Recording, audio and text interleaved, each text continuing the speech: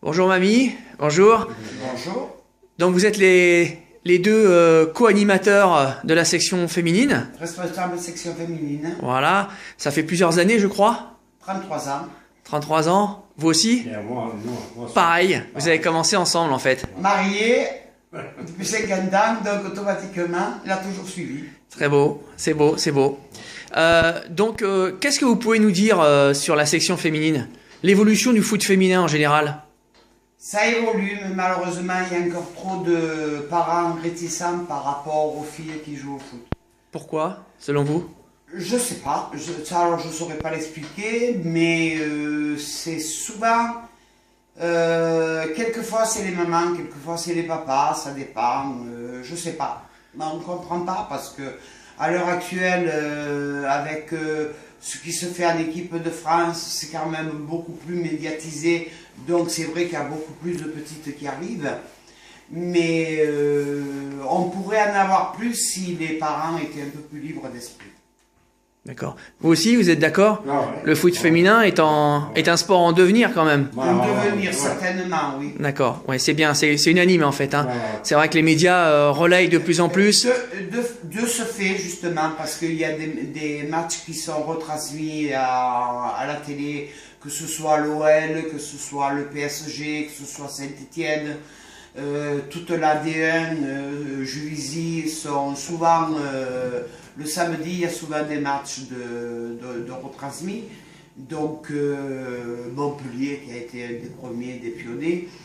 Mais donc, le fait que ça passe dans les médias, qu'on en parle, puis là, bon, il va y avoir la fameuse Coupe du Monde, non? Je dis pas de bêtises. On vérifiera. On vérifiera. On vérifiera, Il va y on avoir transmettra. quelque chose. Tu sais que là, prochainement, dans 2 ou 3 jours, ce sera télévisé. Elles vont rencontrer les USA. Ah oui. Donc, beaucoup de travail se fait à ce niveau-là. Et donc, le fait que les médias se mettent un peu à en parler fait que nous, les petites, arrivent un peu plus facilement. D'accord.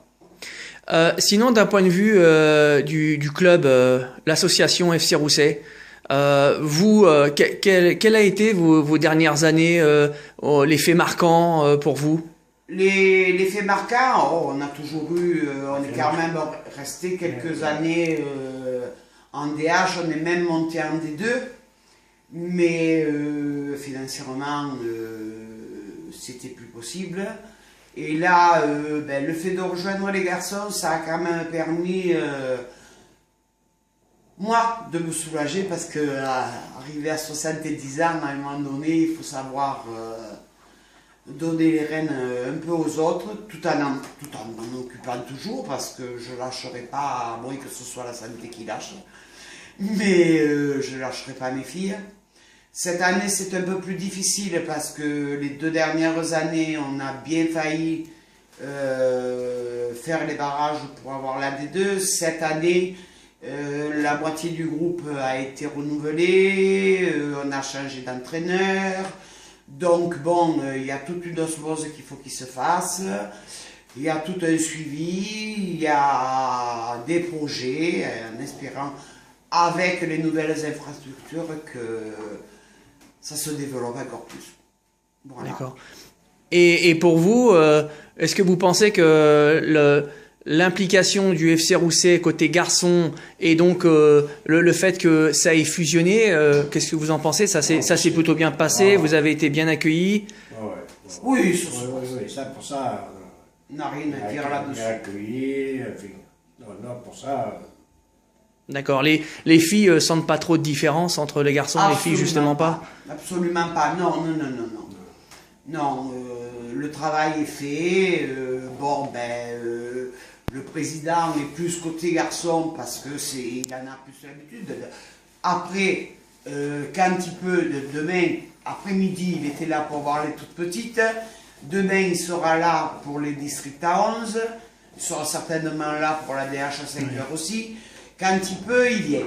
Mais bon, on comprend que chacun a sa partie. Hein. Je suis plus de... Moi, je suis rarement avec sa DH ou sa PH, il ne faut pas dire jamais. Hein. Il faut bien se répartir les rôles pour que tout le monde ait un référent et se poser sur quelqu'un, quoi. Bah écoutez, merci. On va aller. Et puis bon courage pour la suite, hein, en espérant que le groupe s'agrandisse et puis qu'il soit comme le bon vin, il se bonifie avec le temps. Qui se bonifie avec le temps et puis que nos espérances se réalisent à nouveau. Je veux dire, maintenant, on a les petites. Il y a quand même l'école de foot, il y a quand même les U15, le district A11, la DH filles. Donc, et puis des entraîneurs de qualité quand même. Hein. Vous avez là, deux entraîneurs dont un, enfin deux, on je a crois. deux entraîneurs qui ont le BEF et Voilà. Tous. quand même, mais même au niveau des plus jeunes, tous les entraîneurs sont diplômés minimum initiateur.